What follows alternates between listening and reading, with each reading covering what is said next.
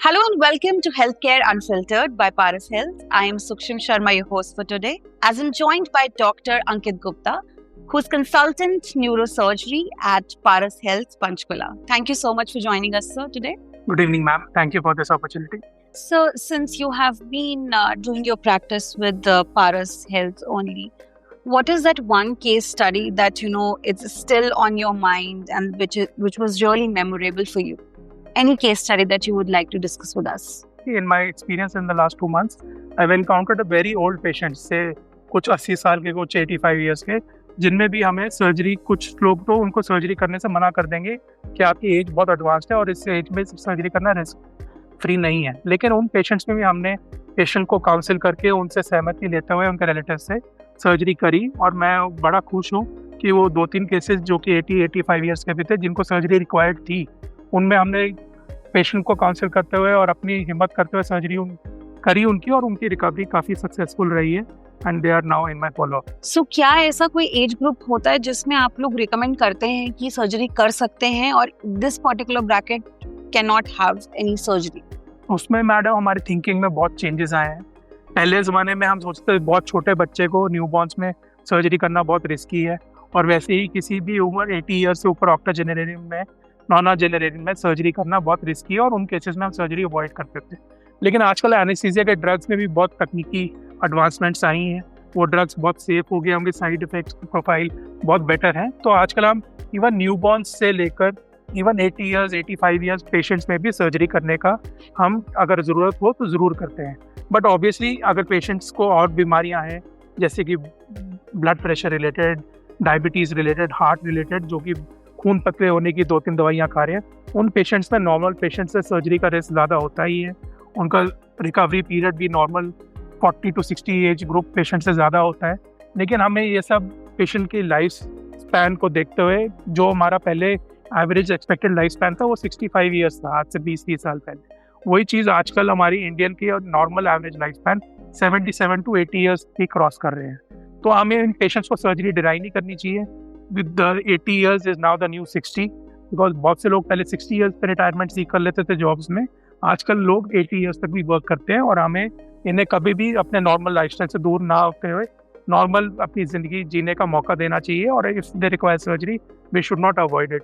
And talking about the surgeries sir, कितना recovery period रहता है इन पेशेंट्स का depending upon their age groups as well, कि उनको कितना टाइम लग जाता है towards the normalcy of the day to day working? कुछ पेशेंट्स जिनका एज एक नंबर है मेरे हिसाब से, कुछ पेशेंट जो कि 80 ईयर्स के होते हैं उनकी फिटनेस 60 ईयर्स से भी बेटर होती है, और यही कुछ पेशेंट्स होते हैं जो कि एज 75 में भी इतने वर्क, उनका लाइफस्टाइल इतना एक्टिव नहीं होता कि उनमें वो बॉडी की वेस्टिंग हो जाती है, और उनमें रिकवरी पीरियड्स कई दफ़ा बहुत ज़्यादा भी होते हैं। यही चीज़ मैं आपसे एक्सपीरियंस शेयर कर रहा था कि पिछले 2-3 महीने में मेरे पास इस तरह के मरीज़ आए थे जिनकी एज 80 to 85 भी थी। उन केसेस में हमने सर्जरी करी, और कुछ पेशेंट्स तो 2-4 दिन में ही रिकवर होकर छुट्टी के लायक हो गए थे, बट कुछ पेशेंट्स में हमें 1-2 हफ्ते उनको रिकवरी कराने में टाइम लगा। उनको आईसीयू में भी 1 हफ्ते से ऊपर रखना पड़ा, बट उसमें भी हम जितना जल्दी हो सके रिहैबिलिटेशन करके पेशेंट्स को हम सक्सेसफुली डिस्चार्ज करके नॉर्मल लाइफस्टाइल में दोबारा से उनको इंटीग्रेट करने में successful. So what is the pattern in the road accident cases also? What kind of cases you have been seeing? What are the conditions that people are in? And basically what is the pattern in the country? जितनी हमारे population बढ़ रही है उससे ज़्यादा roads पे cars बढ़ रही हैं, व्हीकल्स बढ़ रहे हैं, 2 व्हीलर्स बढ़ रहे हैं, और उतने ही लोग ट्रैफिक रूल्स को कम फॉलो कर रहे हैं। हमारे देश में एक ये दिक्कत आई थी कि पिछले 50 साल में जितने लोगों को ड्राइविंग लाइसेंसेस दिए थे, उनमें से बहुत कम मात्रा में ऐसे लोग होंगे जो कि ड्राइविंग टेस्ट देके, उसका एग्जामिनेशन देके उनको लाइसेंसेस मिले थे। तो लोगों में एक बेसिक ट्रैफिक रूल्स फॉलो करने के वर्जन भी है, लोगों को रूल्स तोड़ने में कुछ लोगों को मज़ा भी आता है, स्पेशली यूथ में ये प्रॉब्लम बहुत कॉमन है। अब इंडिया को अगले 20 साल का जो डेमोग्राफिक डिविडेंड है, यूथ पॉपुलेशन है, अगर वो प्रॉपरली ट्रैफिक रूल्स फॉलो नहीं करेंगे, सीट बेल्ट नहीं लगाएंगे, हेलमेट नहीं पहनेंगे, तो उनकी जो ज़िंदगी है जो कि 50 साल एक एक्सीडेंट के बाद कम हो जाती है। एक पेशेंट जिसकी 20-30 साल में 50 साल वर्किंग उम्र बाकी है, उसको अगर एक्सीडेंट हो जाए, कोई परमानेंट डैमेज हो जाए ब्रेन में या स्पाइन में, तो उसकी ज़िंदगी अगले 50 ईयर्स तक एज उसकी कम हो जाती है। तो अगर आप प्रिकॉशंस नॉर्मल अगर आप फॉलो करेंगे तो आपकी लाइफ भी ठीक रहेगी और आप अपनी नॉर्मल ज़िंदगी भी जी सकते हैं और अपनी फैमिली को भी आप फ्यूचर में हेल्प कर सकते हैं rather than being a burden on them. Absolutely. So you mentioned about the minimal invasive procedures that we are using for neurosurgeries. Throw some light in detail about the procedures that are being used, and I'm sure there is also hesitation among the patients as well when we talk about advanced procedures. So what are they? What are the hesitations? How do you address those hesitations and doubts? तो एक तो बात तो clear मैं करना चाहूँगा कि not all procedures can be done minimally invasively. Some procedures still require a normal routine जो ओपन सर्जरी ब्रेन सर्जरी होती थी उसी से कर सकते हैं. बट बहुत से ऐसी चीज़ें थी जो कि हम पहले ज़माने में उनको हम इनऑपरेबल कंसिडर करते थे या फिर सोचते थे सर्जरी करना इन कंडीशंस में मुश्किल है. उनमें आजकल हम we are finding new approaches, newer ways to approach these lesions through endoscope, चाहे वो नाक से हो, चाहे आईज से हो, लैटरल ऑर्बिटल अप्रोचेस हो. उन सब कंडीशंस में हम मिनिमाइज करते हुए इंसिजन को एंडोस्कोपिकली हम अप्रोच करते हैं और इंसिजन साइज को छोटा करते हुए पेशेंट की वो सर्जरी करते हैं और उनमें रिकवरी पीरियड भी फास्टर होता है.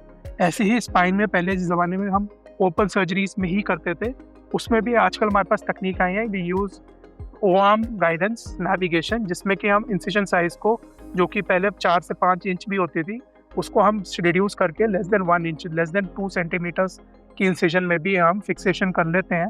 और उन पेशेंट्स में क्योंकि मसल डैमेज कम होता है तो उनकी रिकवरी बहुत फास्ट होती है. जो स्पाइन सर्जरी के बाद हम पेशेंट को 4 to 5 डेज रखते थे रिकवरी के लिए, उन पेशेंट्स को हम नेक्स्ट डे भी कई दफ़ा आजकल सर्जरी करने के बाद डिस्चार्ज कर सकते हैं because of the approach. But her patient को मैं एंड में यही कहूँगा, हर प्रोसीजर जो कि पहले नॉर्मल हम ओपन करते थे उसको हम मिनिमली इन्वेसिव ऐसे नहीं कर सकते. हर प्रोसीजर की एक इंडिकेशन होती है और उसी इंडिकेशन के हिसाब से हम पेशेंट को प्रोसीजर प्रिस्क्राइब करते हैं. So we talked about the procedures that are there, the advanced treatments that have been happening in the country. Talking about Paras Health, is there any counseling that is happening for the doctors as well as for the patients who come to the hospital in terms of the advanced procedures? तो आजकल बहुत से neurosurgery में changes आ रहे हैं. Because of these changes हम newer therapies and treatments patient को offer कर पा रहे हैं. अब जैसे कि पहले ज़माने में बहुत से बच्चों को एपिलेप्सी से रिलेटेड प्रॉब्लम्स होती थी, उन पेशेंट्स में जिनमें आजकल हम MRI करके बहुत से एपिलेप्सी स्क्रीनिंग टेस्ट करके उन पेशेंट्स में अगर कोई सर्जिकल कॉज हम दे सकते हैं तो हम वो ट्रीटमेंट ऑफर करते हैं, जिससे कि पेशेंट्स जिनको नॉर्मल दिनचर्या में 10 से 15 सीजर आते थे उन बच्चों को और उनकी नॉर्मल ब्रेन की डेवलपमेंट हैम्पर होती थी, उन पेशेंट्स में अगर हम सर्जरी अगर रिक्वायर्ड है तो सर्जरी करके उनकी उस सीजर फ्रीक्वेंसी को बहुत हद तक कम कर सकते हैं, उनकी मेडिकेशन डोज को कम कर सकते हैं और उनकी ब्रेन डेवलपमेंट को इस तरह से इम्प्रूव कर सकते हैं.